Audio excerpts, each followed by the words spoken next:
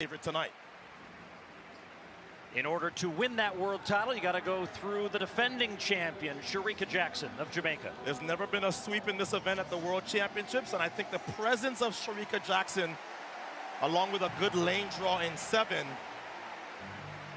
may prevent the United States from sweeping as we look at the 2019 World Champion, Dina Asher-Smith. Now 29 years of age, competing in her 7th Outdoor World Championship, making yet another World Final. A Navia Battle of the United States will be just behind her in 8th. Great lane draw for her. She's going to have to set a personal best to be on the podium. Her personal best stands at 21.9. She's going to have to go a little faster, but I think she's a definite medal threat.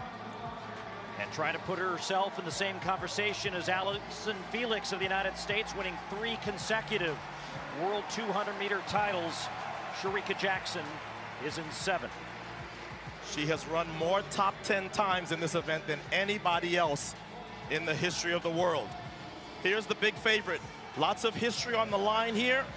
The U.S. hasn't won a world title in this event since Allyson Felix did it way back in 2009. And there are her parents, Melvin and Joanna Jefferson, sitting up in the booth of World Athletics President Sebastian Coe. Second athlete from Great Britain is the 23-year-old Amy Hunt, their national champion in the 100 meters. The evergreen Marie-Josée Talleu-Smith will occupy lane 4. She's got silver, she's got bronze from this event, but she hasn't won a medal since 2019. There are 4 Americans in this women's 200-meter final. Brittany Brown has tasted the podium at the World Championships. Silver in 2019 behind Asher-Smith. Bronze in Paris last year. And Mackenzie Long, because Brown won the Diamond League and Gabby Thomas pulled out due to injury, she got advanced as the 4th member of Team USA, and she also makes the final. Yeah, she's one of just a few women to run under 22 seconds. Here's the Bahamas' Antonique Strawn. You see that left leg wrapped. She was in some real discomfort after the semifinal, but she clearly has decided to give it a go. That is a tough lane to run all that turn with your leg bandaged in lane 1 as we get back now to the 100-meter world champion, fully focused on the task at hand, but the 2-time defending champ will be to her outside in lane 7, Shericka Jackson.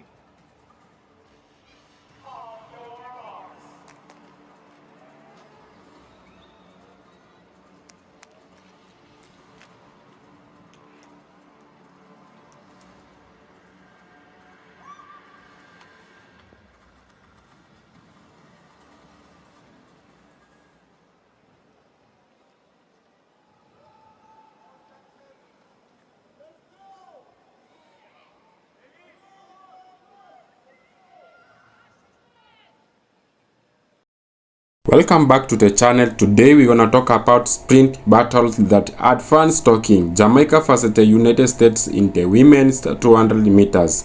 Let's watch the video and I will come back with a lot of comments. All credits goes to the original broadcast of the video, and remember to subscribe to my YouTube channel. And the false start appears to be Antonique Strawn. Is this a case of her just taking herself out of this final because she knows that she can't finish it? Yeah, you see the reaction time in lane 1.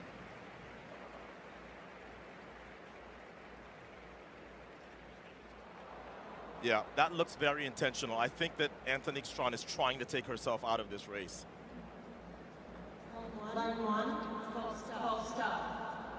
And you hear the announcement by the official. False start in lane 1. She comes over to have a brief conversation here. This is her 7th Outdoor World Championship, but she will get a chance to review the data.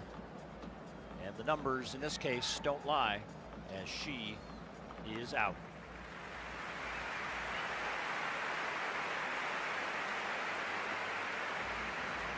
It's the women's 200-meter final from Tokyo, Japan. Melissa Jefferson Wooden Melissa Jefferson Sharika Jackson has run in.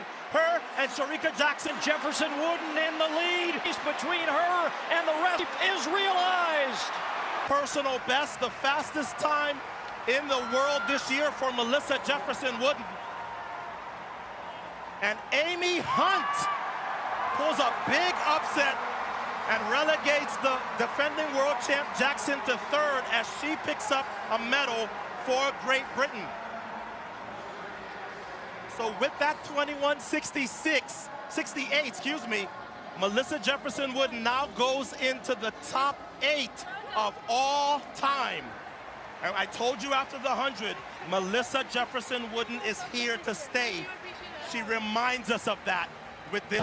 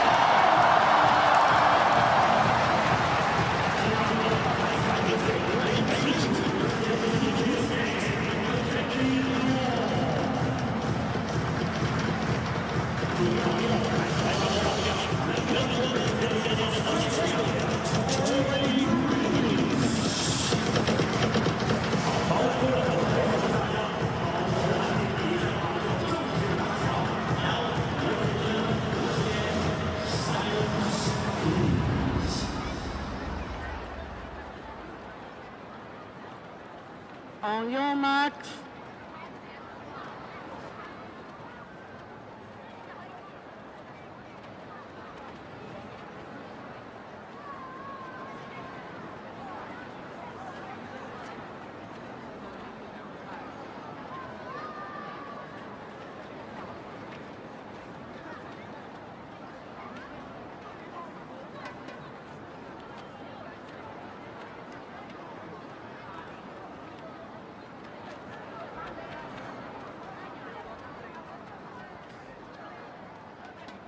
But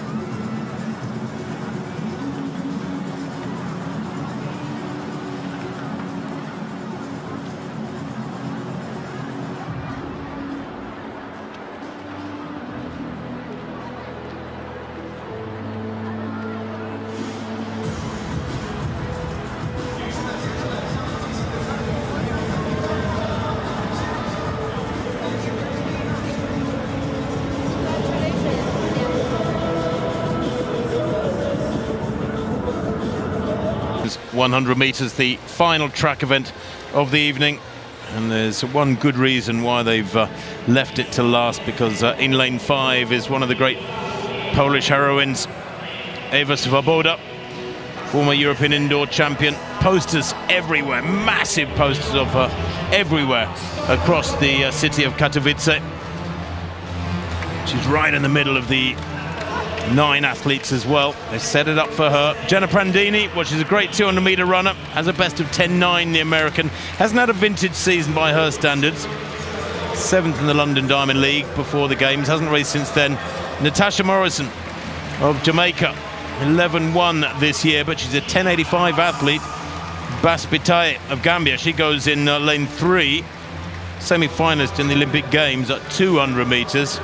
Then Tamari Davis, 2nd in Lausanne and 2nd in Monaco just before the game. She's a very consistent racer as the 21-year-old American. Best of 10.8. Yeah, and there is Swoboda. How they love her. Silver medalist at the World Indoors in Glasgow back in March, behind Julian Alfred. And that wasn't a bad person to lose to, seeing as Alfred went on to become Olympic champion. Marie-Josée Talou Smith of the Côte d'Ivoire, I'm sure she races more than anybody on the whole circuit. A prolific racer, 4th in Lausanne, 11.07. Still in good form, the 35-year-old. Daryl Neta of Great Britain, 4th in the Olympic 100, 5th in the 200. So frustrated with those, although she got a silver from the sprint relay. Tia Clayton, 7th in the Olympic Games, the Jamaican silver medalist, only a youngster, just 20 years old. And Patricia van der Weken of Luxembourg completes the lineup. She's a late addition, I think, because when I travelled here a couple of days ago, I was chatting to a certain Dina Asher-Smith at the airport as we were waiting for our bags. Dina announced yesterday she was pulling out of this meeting. I'm not sure if she's felt a niggle or if she's just not feeling 100%, but Dina flew here to Poland, but is not competing tonight. So the meeting record, well, it's a rather impressive one. I'm not sure we'll see an extra one added in this race. 10.66 by Shelly-Ann Fraser-Price of Jamaica a couple of years ago. But 3 Olympic finalists go here. And all eyes on Swoboda in lane 5. There she is, real powerhouse. She's a tremendously quick starter. Look for her to probably lead at halfway and then maybe to get run down. Can she stay ahead, though, to send everyone home on a high? With Mondo, of course, 2 more attempts at that world record in the vault to come.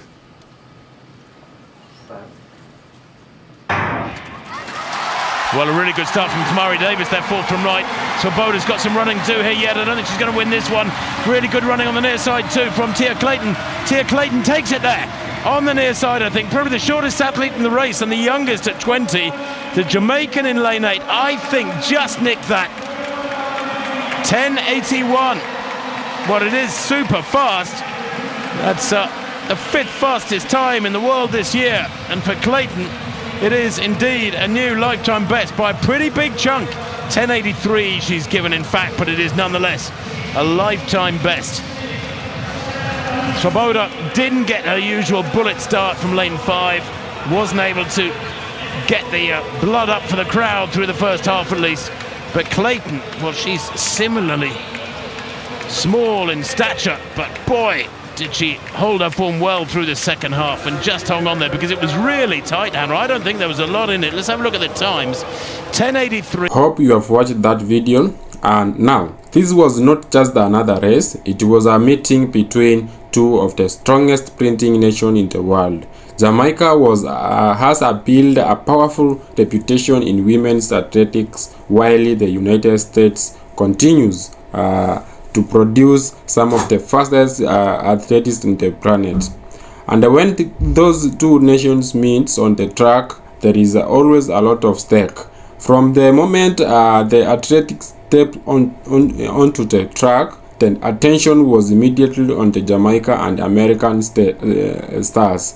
The crowd knew they were about to watch a serious battle over 200 meters. The 200 meters is a very demanding race. It requires more than just raw speed. Athletes have to handle the bend, maintain their balance, control their running form, and then produce another powerful burst when they enter the home straight. That is what makes this event so exciting.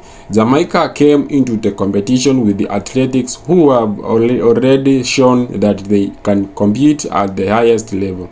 The Jamaica sprint tradition is one of the strongest in athletics, and every new generation is expected to carry that reputation forward. But standing against them was Team USA.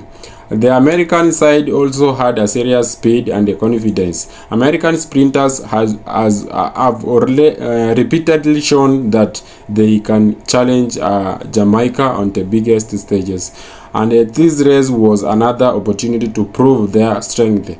As the athletics prepared for the start, you could feel the tension. Everyone was waiting for that first gun.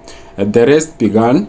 The athletics exploded from the start, immediately attacking the first part of the race. In the 200 meters, the opening section is important because athletics are running around the curve before eventually straightening up.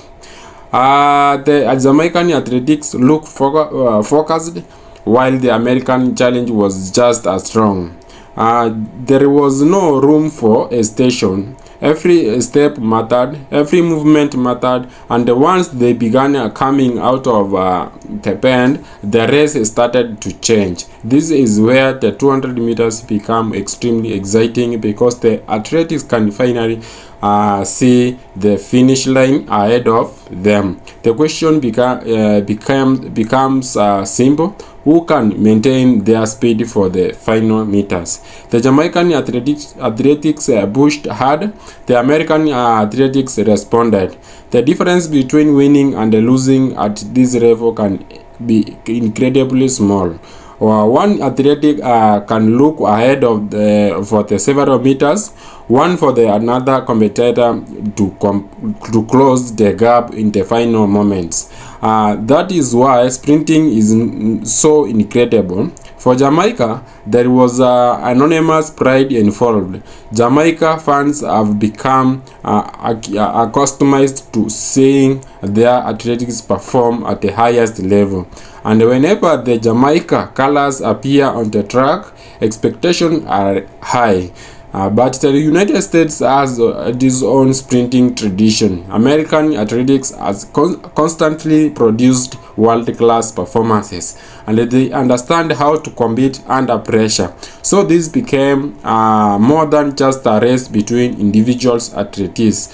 It became another chapter in the long-running rivalry between two sprinting powerhouses.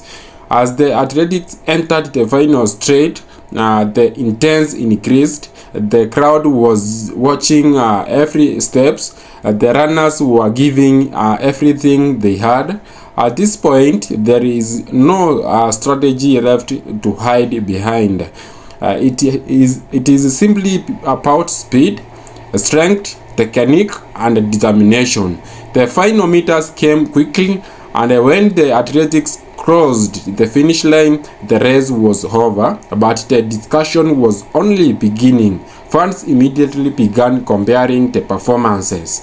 Who looked strongest, who handled the pen better, who had the best finish, and most importantly, who does this performance say about the future of the women sprinting? One thing is clear: the competition between Jamaica and the United States remains one of the most interesting stories in athletics. Jamaica continues to produce athletics capable of competing with anyone in the world. The United States continues to develop powerful sprinters who are not afraid of being the best competitions. And when these athletics meet, fans know they are going to get entertainment. What makes this rivalry special is the respect that comes with it. These athletics train for years for moments like this. Behind a few seconds on the track are countless hours of training, sacrifice, discipline, and preparation. A 200 meters race may look short, but the journey to reach that starting line is anything but short. For the Jamaican athletics, every race is another opportunity to show that the country's sprinting tradition is still alive. For the American, every race is an opportunity to show that their sprinting program remains one of the best in the world. And that is why races like this attract so much attention. They bring together speed, national pride, and world-class competition. The athletics show here represents two nations with a deeply story in athletics, and their performances remind us why the women's 200 remains one of the most exciting events in track and field. There will be always debates about which country has the better sprinters. There will always be a comparison between Jamaica and American athletics. And there will always be another race waiting for these athletics. That is the beauty of athletics. One race does not decide everything. An athlete can have a great day today and face a completely different challenge in the next competition. The pressure keeps increasing. The competition keeps getting stronger, and the athletes keep pushing the limits. For Jamaica, the goal remains clear: continue producing world-class sprinters and remain a major force in international athletics. For the United States, the goal is exactly the same: develop athletics who can compete for the biggest victories on the biggest stages. And for the fans, that means we can expect many more exciting battles between these two nations. So whether you support Jamaica or the United States, one thing deserves to be recognized: these athletics are competing at extremely high level. They are representing their countries, challenging themselves, and giving athletics fans moments they will remember. The Jamaican versus USA sprint rivalry is far from finished. In fact, it may become even more exciting as a new generation of athletics continue to rise. So let us know in the comments, Jamaica or USA, which country do you think has the strongest women's sprint team right now? If you enjoyed this video, make sure you subscribe to my YouTube channel, turn on notifications, and stay with us for more athletics stories, race analysis, and major moments from the world and track field. Thank you for watching, and congratulations to all the athletics who gave everything on the track. Bye. Make sure you subscribe to my YouTube channel.